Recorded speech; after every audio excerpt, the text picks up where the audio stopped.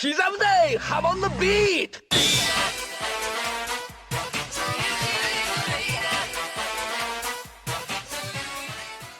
Welcome back to another JoJo chapter review.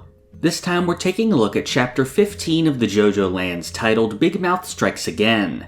Last month, the gang visited the land registry in an attempt to get Howler's land rights to transfer to them, and for an unknown reason, Usagi begins showing strange symptoms.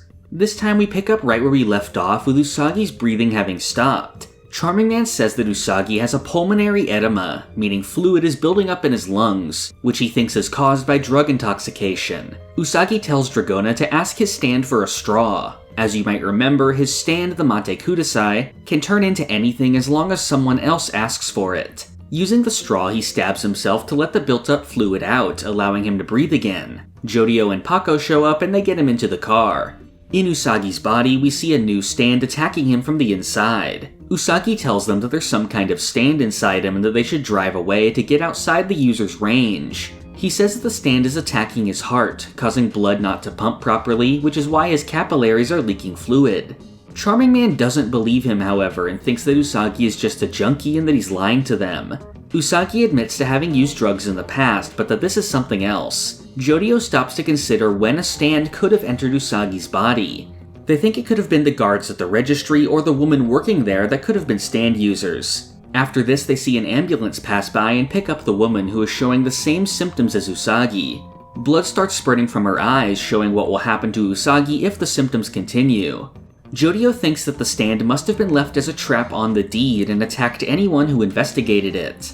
Charming Man decides to help Usagi since he respects him for stabbing himself with the straw. Using his stand, we see his eye crumble into dust and enter the straw. Here we learn that the name of Charming Man's stand is Bigmouth Strikes Again. Like Charming Man himself, this name is also a reference to a song by the Smiths.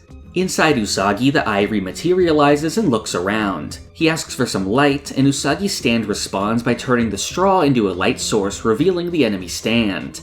He follows the stand and pins it down, finding that it's actually slow and weak. Before he can drag it outside, though, a tumor starts forming on Charming Man's eye. Jodio notices that Dragona is also starting to show symptoms and has fainted. At the end of the chapter, we learn that the woman at the registry office is the daughter of a congressman who is investigating the illegal activities of Howler.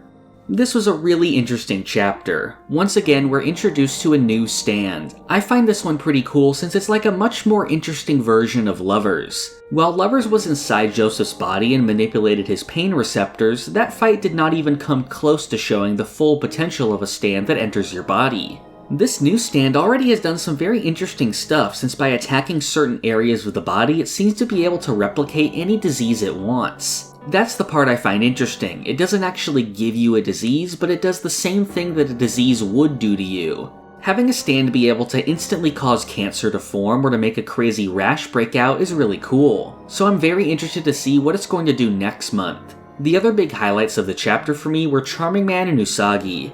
Seeing how they didn't fully trust each other yet and how that was overcome really adds to Charming Man's character. At first it seemed like he was going to misrepresent and betray Usagi here, but his motives seem a lot more complex now. Usagi also got to show more of the potential of his stand, which is definitely the most versatile of the part.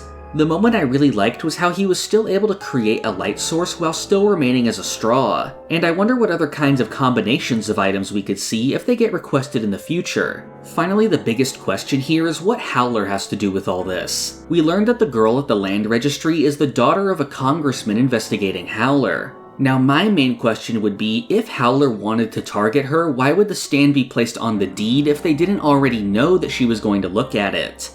I think the previous chapter answers this for us. Since she's the clerk, she is the only one actually allowed to handle the documents. So she would be targeted regardless, along with whoever happens to be investigating Howler in the first place. This chapter also supports my suspicion that Howler is being set up as the main group of villains for this story. Like I said before, I think most of the enemy stand users from here on out are going to be related to them. In other JoJo news, we got the release of the 4th season of the Rohan TV drama adapting Poaching Seashore. It's available now to watch on Prime Video with English subtitles. It also comes with a bonus episode showing the story from Rohan's editor Izumi's perspective. The other big Rohan drama news is that the actor for Rohan, Issei Takahashi, and the actress for Izumi, Marie Itoyo, have announced that they've gotten married. This is a pretty big surprise since their relationship was not at all public before this point. There were actually rumors of them dating a few years back, but those eventually went away and were assumed to be fake. But I guess it actually was the case, since according to them, they formed a bond from working on the series together. I love both of their performances, and they have a great chemistry from what I've seen off the show, so I'm happy for them and I wish them the best. That's about everything I have to go over today. I haven't posted any new videos over the past month, but I am working on a few different projects right now, both on and off YouTube.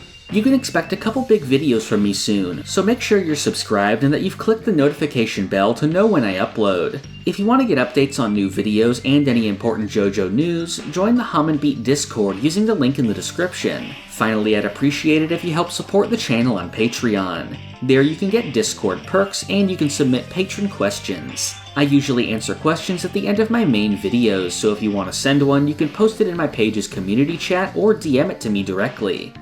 Thank you for watching. This is the part of the video where I thank my $5 and up patrons.